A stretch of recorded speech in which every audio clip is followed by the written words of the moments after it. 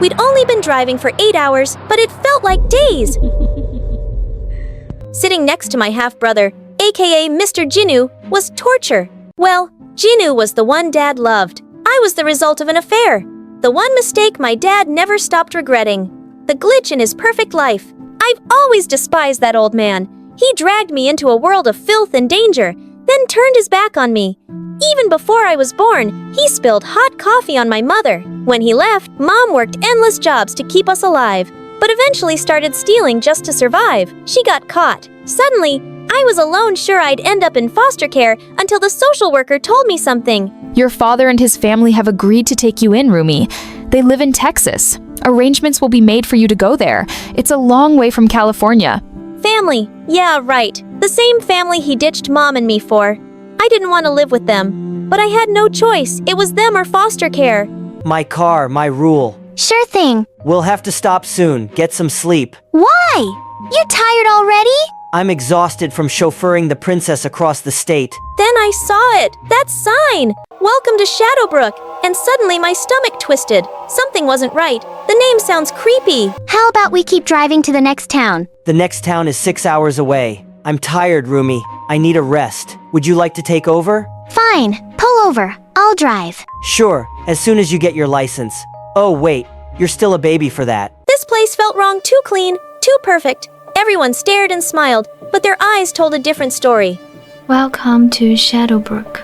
Arrived just in time for the festival. We just need a place to sleep, somewhere close. You two follow the lights. They'll lead you to the truth. The truth sets you free.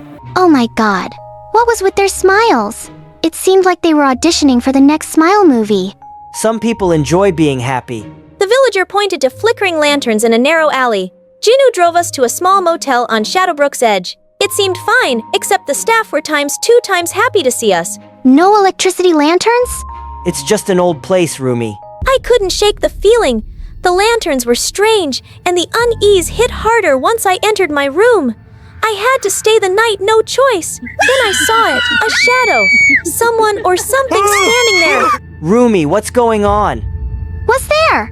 Right outside the window, smiling at me, just staring. Come on, let's go back inside. JINU had to look out the window, but nothing. There's no one out there, Rumi. I think you're tired imagining. This isn't about my imagination. This place is weird and you know it. You just don't care, do you? So now it's my fault? You're paranoid. You think I wanted to come get you? I hate. You hate me? Say it. IT's not what I meant. I wanted to scream, but if I did, he might call Dad. I couldn't risk foster care, so I ran out for air, anywhere but near him. Then he followed, and suddenly, we heard a scream. Did you hear that? Yes. Someone might be in trouble. We need to check. No. This is what gets people killed in horror movies.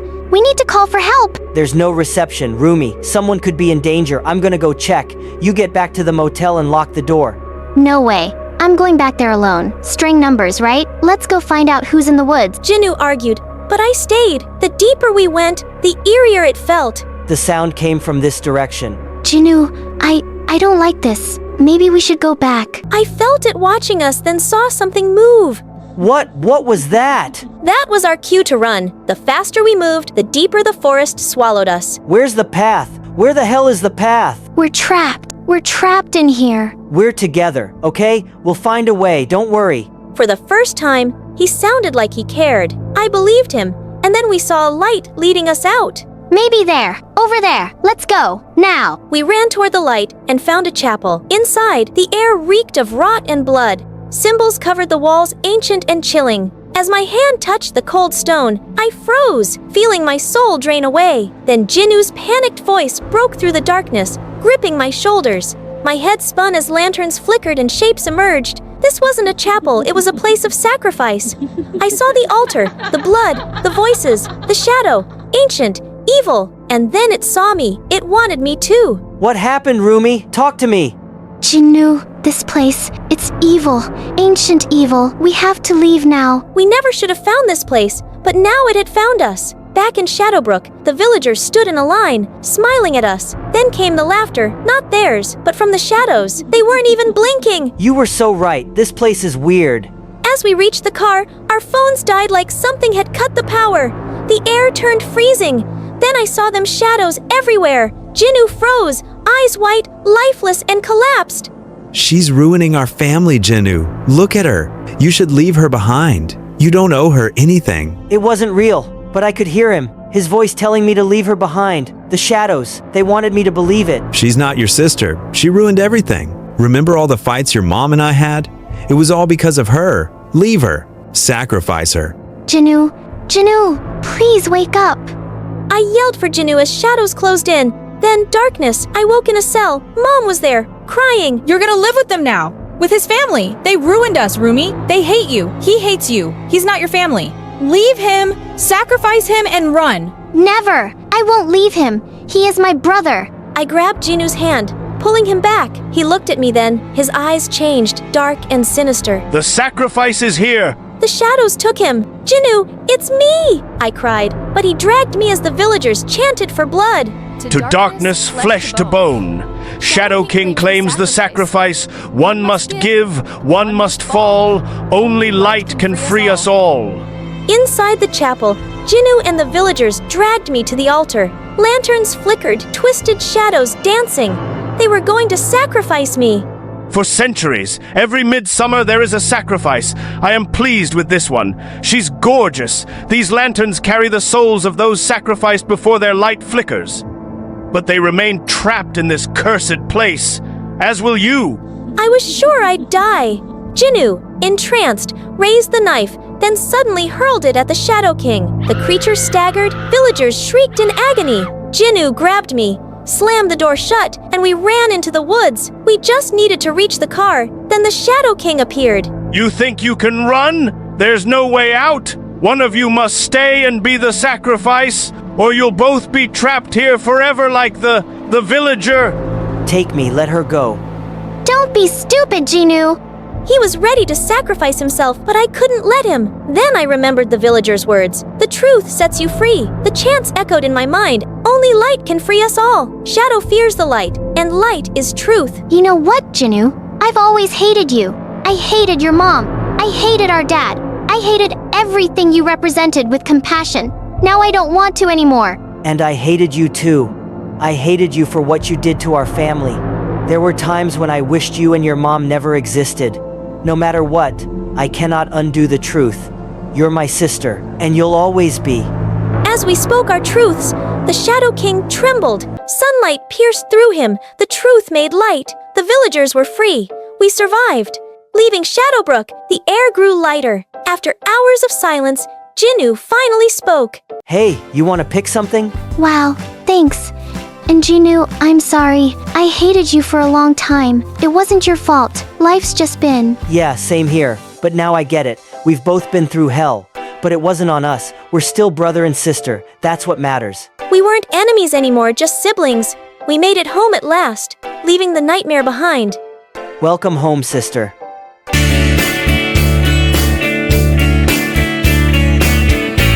After a whole 10 years, I finally landed in Seoul, my hometown. I couldn't believe it. Then, out of nowhere, a group of insanely handsome guys in black suits appeared and bowed to me. Ms. Jinu, welcome home. Oh my, I had zero clue what was happening. When they gently guided me toward a Bentley that literally screamed Chibo Era's energy, I just went along. I mean, even if this was a kidnapping, honestly worth it. Hi, I'm Jinu's second 17 years old, half Korean, half American.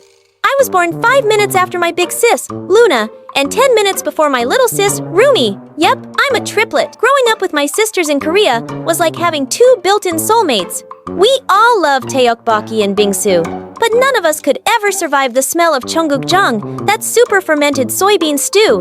And if Luna caught a cold, Rumi and I would randomly sneeze for no reason. Or when Minji wandered off, which happened every day, Luna and I could always sense where she was.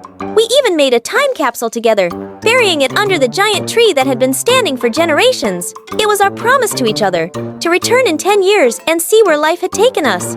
But then, everything changed. Mom and Dad got divorced, and Mom brought me half across the globe to the US. It broke my heart to leave Luna and Rumi behind. We tried everything to stay connected. Texts, video calls, even sending each other little care packages.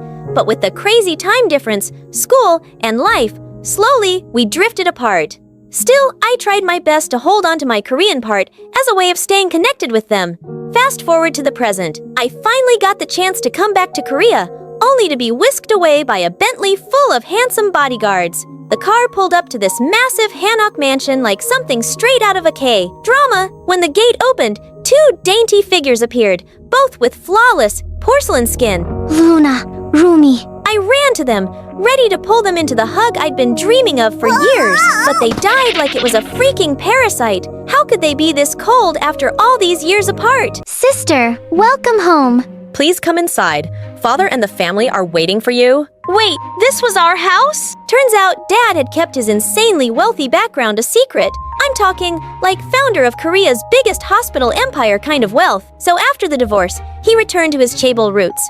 I know drama, but wait till you meet the relatives. Oh, she's a bit chubby, isn't she? Her skin's too tan, don't you think? What is she wearing? So American. In my panic, I just kept bowing like a broken bobblehead, then accidentally bumped into Ajashi. I'm so sorry, Jae, Nun, Mion, Hayo. Luna had to step in and apologize on my behalf. So embarrassing. Before I could blink, I was sitting at this massive dinner table, surrounded by a feast fit for royalty. I lost all self-control, devouring everything in sight like I hadn't eaten in weeks. Suddenly, every pair of eyes locked on me. Psst.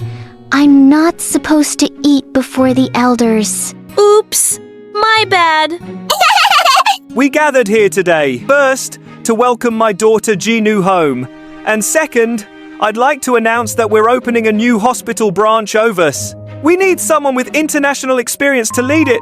I believe no one is more suited than JINU. Completely choked on the tangerine seeds and spat them out like little missiles flying straight at the elders.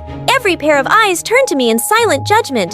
Dad had to awkwardly wrap up dinner on the spot while I mentally filled out a one-way application to disappear from Earth. That night, I couldn't sleep. I wanted to talk to Luna and Rumi to finally reconnect like old times. Then I found them talking in the backyard, but I noticed their mood was off. Ani, don't be upset. I'm sure Dad still thinks highly of you. Apparently not. She just got here and suddenly she's the one chosen to run the overseas branch. What has she done to deserve it? Honestly, she should just stay in America. My chest heightened and my feelings almost slipped out. Luna and Rumi turned and saw me. JINU, wait! I stumbled back to my room, and early the next morning, I was ready to catch the first flight back to the States. Luna was right. I didn't belong here, but on my way to the airport, a part of me couldn't let go. It urged me to make one last attempt to reconnect with my sisters. There was still one thing I had to the time capsule. Where was the ancient tree? Did they tear it down just to replace it with this cold, lifeless concrete block? That meant the time capsule was gone too. Suddenly, tears welled up in my eyes. All the memories, all the promises erased. You were looking for the time capsule, weren't you? How did you know? Triplet bond, remember? Don't worry. We moved it before the construction and kept it somewhere safe. 'Cause we knew you'd come back one day, and we didn't want to open it without you. Really? So where is it now? Right here in our backyard. Yep, closest to our hearts, right? I couldn't agree more. Ani, what's it like being away from home? Honestly, lonely. I missed you both every single day, and sometimes it felt like I lost that special connection with you guys. Hey, you know Luna didn't mean what she said, right? It's just that overseas position meant a lot to her. I think she's more mad at herself than at you. I really wanted to believe that. Then, out of nowhere, Rumi came up with an idea for us to bond before I left for the States. First, she convinced Luna to go to Inorobang, a Korean karaoke place. I grabbed the mic and blasted out the catchiest K-pop tune. 아파트 아파트 아파트 아파트 아파트 아파트 kissy face sent to your phone but I'm trying to kiss your lips for real. Ah, addict girl. Then we headed to the street food stall in front of our old school, eagerly stuffing our faces with tae-tteokbokki and odeng. The flavor just hit nostalgic and comforting. Afterward, we made our way to the dimjabong, lying side by side in oversized sauna uniforms. Nothing felt more perfect than this moment. As the lights dimmed, I felt Luna's hand gently slip into mine. I'm sorry for what I said. I never meant to make you feel left out. I let rivalry get the best of me. The truth is, I miss you too. and I'm just so glad you're finally home. I smiled through the tears. Finally, our hearts were back where they belonged, together. Later, I spoke to Dad about the overseas branch and suggested that felt Luna should take the lead. Given her extensive research into the market, I'd support her by offering insights where needed. Dad agreed, and it perfectly aligned with his plan to launch a high-profile corporate event to present the project felt. Luna was ecstatic and determined to prove herself. She dove into the work, drowning in documents, meetings, and endless calls. Rumi and I tried to pull her away for a break, but she barely glanced up from her laptop. One night, I woke up from a faint sob, followed the sound, and found Luna sitting alone in the backyard, wiping her tears. It took me forever to get her to open up. The venue just canceled our reservation, and we only have a few days left before the event. I thought I could handle this on my own because Dad trusted me. You trusted me, but now it's all ruined. I failed everyone. Her cries were so loud, they woke Rumi up. The two of us tried everything to calm her down. You don't have to do this alone. We've got you, the three of us. We'll pull it off together. The very next day, we sprang into action. Rumi pulled out her tablet and started calling every guest to confirm their attendance and send them the updated venue details. I rushed to the backup venue, coordinating with the staff to rearrange seating and set up the banners and lights. Meanwhile, back home, Luna was typing like a machine, revising her presentation and replanning the event timeline. Time passed quickly, and by D-Day, we have turned complete chaos into a perfectly coordinated event. The guests arrived, the music played, and the stage light lit the room. Dad walked onto the stage, beaming with pride. When Luna confidently delivered her speech, Rumi and I watched her with nothing but admiration. She did it! We did it together. That night, we celebrated in the backyard, just like old times. Laughter filled the air as we enjoyed food and drinks under the stars. But as the night wore on, an unexpected silence fell over us. I suddenly remembered the time capsule. Without a word, we all grabbed the shovels and began digging. There it was, just like I remembered. Inside, we found little trinkets, notes and pictures, fragments of our childhood sitting there, surrounded by pieces of our past and present. It felt like time had come full circle. Hey, there's something I need to tell you. I'm going to study abroad in France. Both Luna and I froze. I turned to her, expecting anger or frustration, but instead her face softened. Well, you should. You've worked hard for it, Rumi. You deserve it. But I'll be so far away. What if we lose touch? You won't! No matter how far apart we are, we'll always be there for each other. And no distance will ever break that bond. We decided to make a new time capsule, gathering new trinkets, Polaroids, and notes for our future selves. Let's bury it here, and when we're ready, we'll come back and open it together. And just like that, a new pact was made. A promise that no matter where life took us, no matter the distance, we would always find our way back to each other. Hi, I'm Jasmine from San Francisco. Please don't forget to like and subscribe. I was born with cherry lips and big black eyes. My parents said I looked like a child out of a fairy tale. But whenever Mom and Dad talked to me, I never smiled or changed my facial expression. My parents tried everything to make me smile. Mrs. Rabbit wants to play with you. Come on, give Mr. Mouse a kiss. Dad held a mouse puppet close to my face and made kissing noises. But I just stared blankly and slapped the mouse away from me. That's when my parents decided to take me to a doctor. After a few tests, I found out I had a condition called Mobius that meant I couldn't smile, frown, or lift my eyebrows. I was too young to understand what Mobius was, but when I was in preschool, Mom and I were at the mall when we bumped into one of her friends who had a daughter my age. She kept smiling at me, but all I could do was stare at her like a robot. Suddenly, the little girl started to cry. Mommy, this girl is scaring me. Oh, sweetie, don't be scared. Our dog ran away yesterday, so Jasmine's just sad. But Mom, we don't have a dog? Mom pulled me away quickly. That's when I realized she was embarrassed to tell her friend I had a condition because that meant I wasn't normal like everyone else. And at school, none of the kids really wanted to be my friend because they thought I was strange. So I spent most of my time alone. But several months later, my life took a huge turn. Mom gave birth to my twin sisters, Kiara and Helena. My parents worked full-time, so we always had a maid in the house. But even with a maid, I was always the main one to watch my sisters. One day, Helena, the wilder twin, climbed all the way to the top of our backyard fence. Helena, come down right now! No, I don't wanna. Kiara, come climb up and we can fly like birds do. No flying! Kiara listened to me, but Helena was about to jump and my heart almost stopped. But then she started laughing like crazy. Haha, fooled you! I was furious and told Mom what Helena did. Mom went ballistic. What is the matter with you, Helena? Why can't you be a good girl like your sisters? Helena's eyes filled with tears. From that day on, she made everyone's life a living nightmare. She hated me for telling on her. And over time, Helena grew jealous of Kiara. Kiara was what you call gifted and could get straight A without even trying. One time, when the girls were in 4th grade, Mom and Dad threw Kiara a huge party for winning the school's spelling bee. Our little Einstein, we're so proud of you, Kiara. Helena stormed out of the room at that moment. And that night, she chopped off all of Kiara's hair while everyone was sleeping. Kiara burst into tears, and I tried to comfort her. Don't worry, it'll grow back. Helena's such a mean bully. I won't let her bully you anymore. Kiara, I'm here. Kiara slept in my room every night after that because she was terrified of Helena. I loved both my sisters, but Helena grew up to be so mean. Then one day in 8th grade, a new boy joined my class. His name was Daniel, and he wore those fat black spectacles. He was really short and really shy. While he was walking to class, this guy bumped into him and his glasses went flying. Daniel started freaking out. I can't see anything! I saw Daniel's glasses on the floor and picked them up quickly. Here you go! But it looks like they're broken. It's okay, it's better than nothing. Daniel put on his broken glasses. He looked silly, but also kind of cute.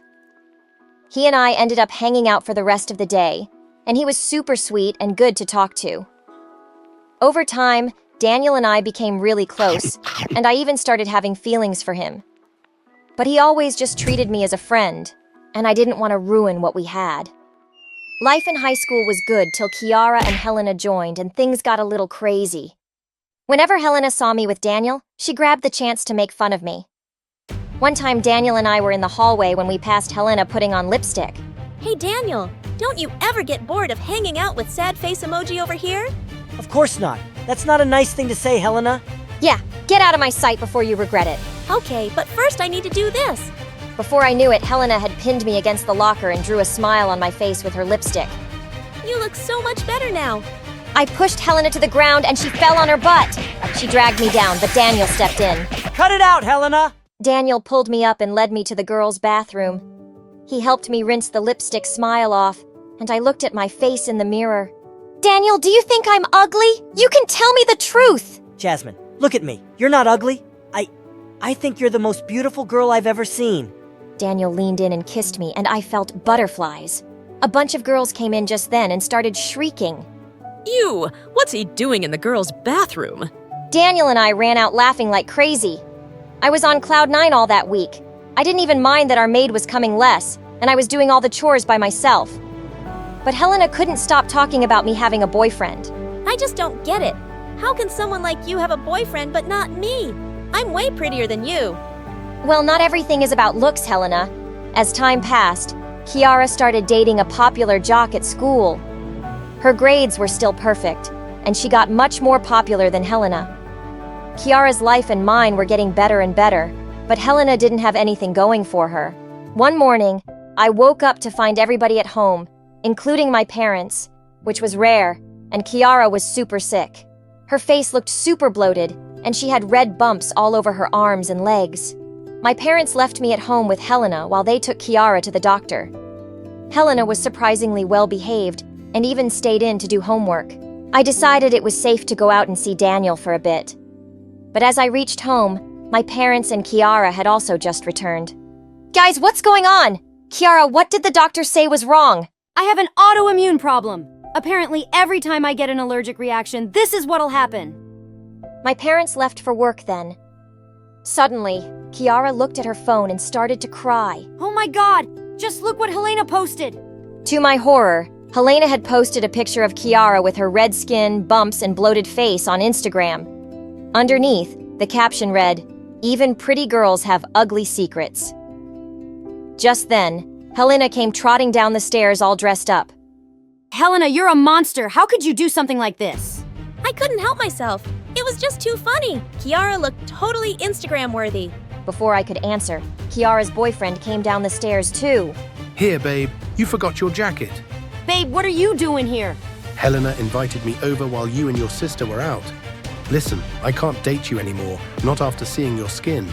He and Helena walked out the door before any of us could say anything. How could Helena do something so sick? I stayed with Kiara the whole day and told my parents everything that had happened. They grounded Helena for 2 weeks. And then the strangest thing happened. Kiara became more popular in school, and kids at school started ignoring Helena. Everyone thought Helena was heartless for stealing Kiara's boyfriend. She became a total outcast. Kiara got a new boyfriend, and Daniel became more and more handsome. By the end of 12th grade, he even got contact lenses. The day before my graduation, my parents pulled me aside. Jasmine, we were thinking maybe you can apply for an online college. We still really need you to keep an eye on your sister, sweetie. Are you kidding me? I've been the family nanny my whole life. It's about time you two took over and taught the twins to be responsible. I deserve to focus on my life now. With that, I walked away, and I spent days applying to my dream colleges. But one night, while I was reading, Kiara ran into my room. Sis, come quick, it's Helena, she's gone. What do you mean she's gone? I dashed into Helena's room to find my parents holding a note from Helena. Helena wrote that she's leaving home to live somewhere else. She didn't even write where. Dad called the police, and they tracked down Helena's phone. It turned out she was staying with our aunt, who Helena was super close with.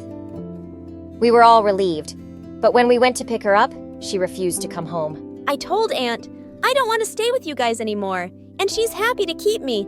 I'm not going home with you guys. You can't make me. Mom and Dad spent hours begging her to come home, but they couldn't persuade her, so we left without her. But my parents were sure she'd cool off and return in a couple of weeks. Except she didn't.